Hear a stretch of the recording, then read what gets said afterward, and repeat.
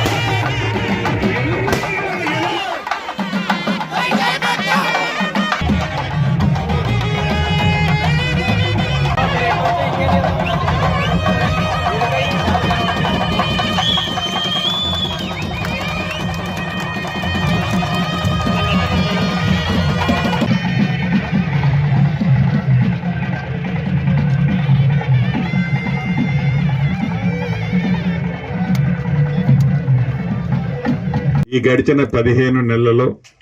మార్పు కావాలని, అది ఇందిరమ్మ రాజ్యంతోనే సాధ్యమని, మీ అందరి దీవెనలతో తెలంగాణ రాష్ట్రంలో ఇందిరమ్మ రాజ్యం వచ్చిన తర్వాత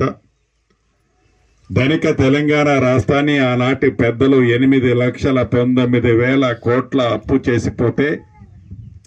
ప్రతి సంవత్సరం నెలకి 6,500 కోట్లు అప్పు మిత్తి కడుతూ అభివృద్ధిని, సంక్షేమాన్ని, పేదవాడి కష్టాలు, పేదవాడి కన్నీరుని తుడుస్తున్న మన ఇందిరమ్మ ప్రభుత్వం, గౌరవ ముఖ్యమంత్రి రేవంత్ రెడ్డి గారి నాయకత్వంలోని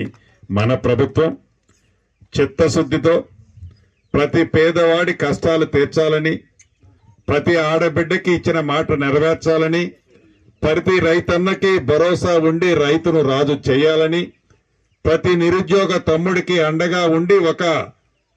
ఉద్యోగమో ఒక భృతో కల్పించాలని, ప్రతి గిరిజన, దళిత, మైనారిటీ, ముస్లిం సోదరుడికి, బీసీలకి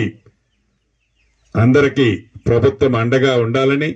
గౌరవ ముఖ్యమంత్రి రేవంత్ రెడ్డి గారి నాయకత్వంలోని మన ప్రభుత్వం అప్పుల రాష్ట్రం ఉన్న తల తాకట్టు పెట్టైనా ఇచ్చిన మాటను నెరవేర్చే దిశలో ఈనాడు మన ప్రభుత్వం పనిచేస్తుంది. నిజం, ఏదైతే ఈనాడు ప్రతిపక్షం చెప్తుందో ఎన్నికల ముందు మీరు చేసిన వాగ్దానాలు నెరవేర్చలేదు అని అనే మాట